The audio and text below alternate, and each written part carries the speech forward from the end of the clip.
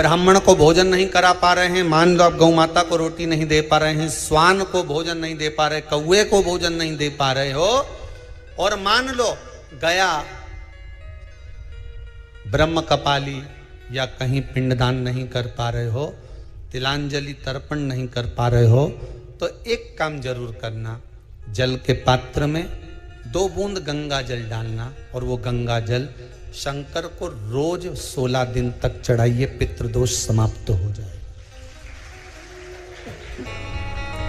जब ज्यादा घर में पितृदोष हो ना, ऐसा लगे कि पितृदोष बहुत ज्यादा है, 1 रुपए कमा रहे हैं, 1.25 रुपए खर्च हो रहा है, हाथ में पैसा नहीं टिक रहा, दुकान 4 दिन अच्छी चल रही है, फिर व्यापार डाउन हो जाता है, कोई पैसा लेकर भग गया, नहीं दे रहा, कहीं कर्जा मात्रा बढ़ गई है, ये पितृदोष के लक्षण है कुछ। इसमें आपके घर में जो भी रुद्राक्ष पड़ा हो, जो भी रुद्राक्ष रखा हो, क्योंकि संभाल के तो आप रखते नहीं, पटक देते हो यहां में, जो भी रुद्राक्ष आपके घर में रखा हुआ, एक पानी के पात्र में उस रुद्राक्ष को डाल दीजिए, उसमें 1 चावल का दाना डाल दीजिए। महाराज, परिंदा जहां होता है, मटका, हंडा या रसोई घर में आपका जो पानी भरने का स्थान होता है, जिसको आरो वारो क्या क्या लगा के रखते हो, उसी के कहीं पास में उस कलश को रख दीजिए, ऊपर से उसको ढक दीजिए।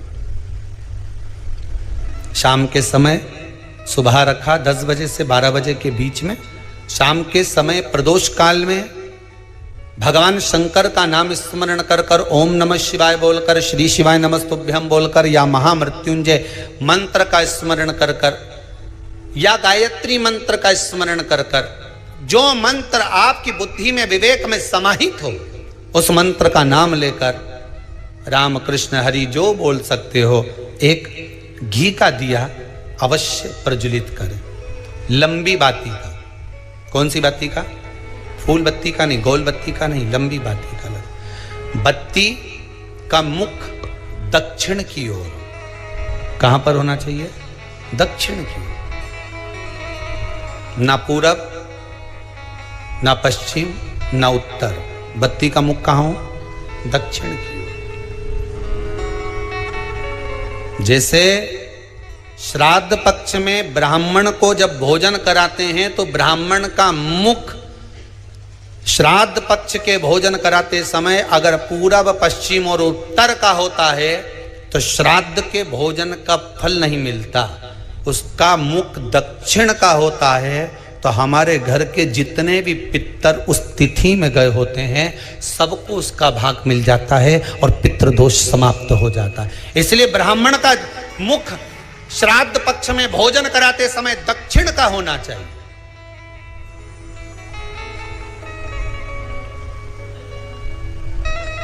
ब्राह्मण का मुख दक्षिण का हो।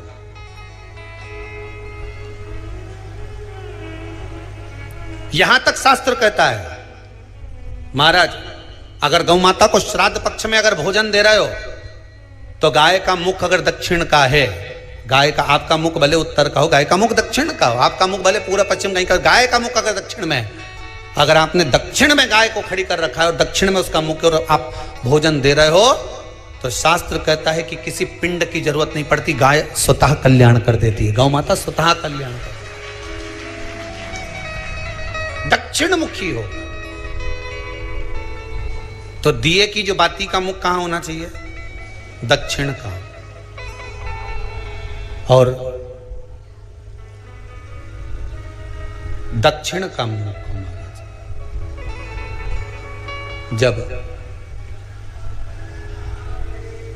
जब दक्षिण का मुख हो, दक्षिण की ओर बाती हो महाराज, तब दक्षिण की बाती जलाने के बाद में भगवान से वहीं पर प्रार्थना करें।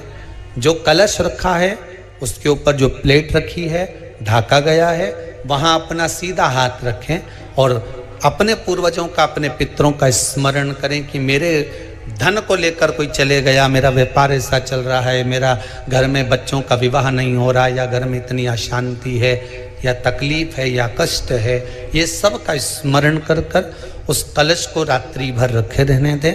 सुबह स्नान आदि करने के बाद फिर एक घी का दिया दक्षिण की ओर लगाकर सुबह 10 बजे से 12 बजे के बीच में उस जल को शिव जी को समर्पित कर आ जाएं और वो रुद्राक्ष लेकर वापिस सजाएं। महाराज वापिस सजाइए, उस रुद्राक्ष को अपने घर में रख दीजिए। वर्ष भर वो रुद्राक्ष आपको कभी बीमारी से नहीं घिरने देगा, कभी किसी जगह खड्डे में नहीं जाने देगा, वो उन्नति की ओर ही बढ़ाएगा। भले कोई भी रुद्राक्ष हो, 1 मुखी से लेकर 14 मुखी, 20 मुखी, 18 मुखी, जो रुद्राक्ष आपके पास में, आप तो उसका स्मरण करिए। आप उसका स्मरण करें। आपको लगता है कहीं कहीं कि मेरे पितर मुझ पर क्रोध कर रहे हैं, आपको कभी कभी लगे कि मेरे ऊपर पितृ दोष लगा हुआ है या पितरों का श्राप लगा हुआ है, या हमारे यहाँ पर लोग अधोगति में ज़्यादा मर जाते हैं, हमारे यहाँ ये काम ज़्यादा हो जाता है, तो निवेदन है, श्राद्ध पक्ष चल रहा है, प्रयास करिएगा। एक चावल की कटोरी में, कटोरी के अंदर थोड़ा सा चावल रख लीजिए कच्चा, उस चावल की कटोरी में एक बेलपत्र, थोड़ी सी दुर्वा बांधकर पानी का मटका, परिंडा या जहां अपना रसोई घर में जल रखते हो, उस कटोरी को वहां पर 2 दिन 3 दिन तक रख दो। वैसे तो 16 दिन रखो ज़्यादा अच्छा था, पर जो दिन अपने को मालूम है 2-3 दिन उसको रख दीजिए। घी का दिया लगाइए। 3 दिन के बाद में उस दुर्वा को, उस बेलपत्र को शिव बाबा को समर्पित कर दो। चावल पूरे घर में घुमाने के बाद चिड़िया को या नदी में या किसी जीव को प्रदान कर दो। महाराज, पितृदोष के निवारण का सुंदर तरीका। कल आपको वो काम नहीं हो रहा है, बहुत दिनों से आप प्रयास कर रहे हो और काम अटका पड़ा हुआ है, तो प्रयास करना।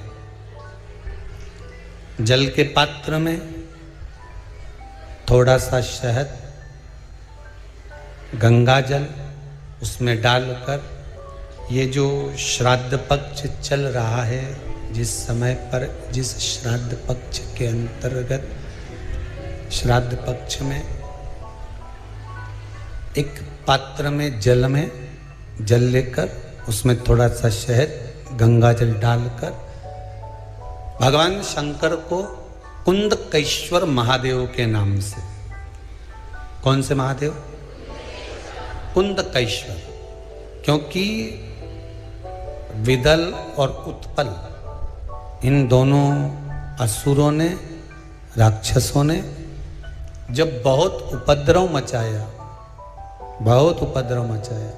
अब ठीक है, जब बहुत उपद्रव मचाया, तब माता जगतजननी के कहने पर कुंदुक का प्रहार कर कर इन दोनों राक्षसों का संहार करा था।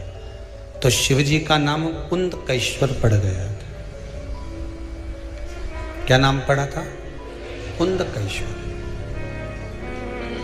कहते हैं बहुत बांधाओं में जब व्यक्ति पड़ जाता है, बहुत बांधाओं में जब व्यक्ति चला जाता है, कुछ ना कुछ समस्याओं में जब व्यक्ति फंसा रहता है, पड़ा रहता है, तो कुंदकेश्वर महादेव का स्मरण करना चाहिए। एक प्रयास और करना, छोटा सा प्रैक्टिकल करने में क्या जाता है। दुकान पर ग्राहक नहीं आ रहे ना, आधा घंटा हो गया, कोई ग्राहक नजर नहीं आया, फालतू बैठे हो ना दुकान पर, जब ग्राहक नहीं आता तो फ्री हो, तो एक काम करो, कोई भी जरा सा हाथ में पानी लेकर कुंदकेश्वर महादेव के नाम से 51 बार, 21 बार बोलकर, 11 बार बोलकर वो पानी को दरवाजे पे छीट दो। आधा घंटा, ज़्यादा से ज़्यादा 20 मिनट, आधा घंटा 30 मिनट नहीं लगेंगे और ग्राहक प्रवेश करना प्रारंभ करें। प्रैक्टिकल करने में क्या जाए। अब ई में कहीं घटा तुम्हारा कि पानी घट गया, कि बोलने से, कुंदकेश्वर महादेव का नाम लेने से जीवान घट गई, कुछ घटा? फायदा तो तुम्हारा ही हुआ। कुंदकेश्वर का नाम,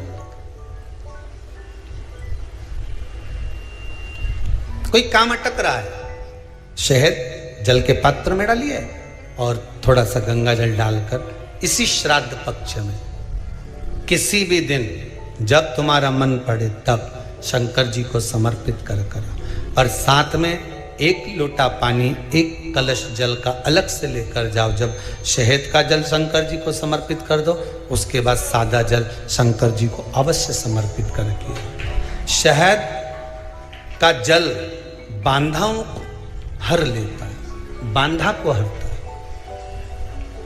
हम तो कई बार बच्चों से कहते हैं, अगर कोई बच्चा कंपटीशन एग्जाम में बैठ रहा है, इंटरव्यू दे रहा है, या कोई एग्जाम में नहीं निकल रहा है, तो प्रयास करना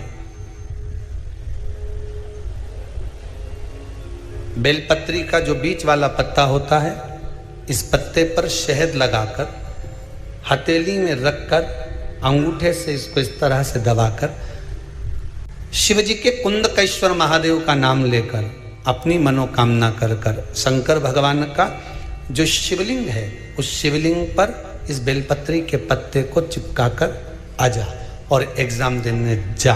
बाबा निपटे का सब काम कर। जिस बालक बालिका का जॉब नहीं लग रहा हो, सर्विस नहीं लग रही हो, नौकरी नहीं लग रही हो, जगह जगह पहले करते थे जॉब, अब छूट गई, 2 साल हो गए, 3 साल हो गए, सर्विस नहीं लग रही हो, बहुत प्रयास कर लिया हो, बहुत प्रयास, तो महाराज काली तिल्ली को पीस कर उसको जल के पात्र में डालकर अपने घर के मटका परिंडा पितरों का जो स्थान होता है, जलाशय होता है, उसके पास में एक पात्र में रख दीजिए। बेलपत्री या बट का पेड़ या पीपल का पेड़, इस वृक्ष के नीचे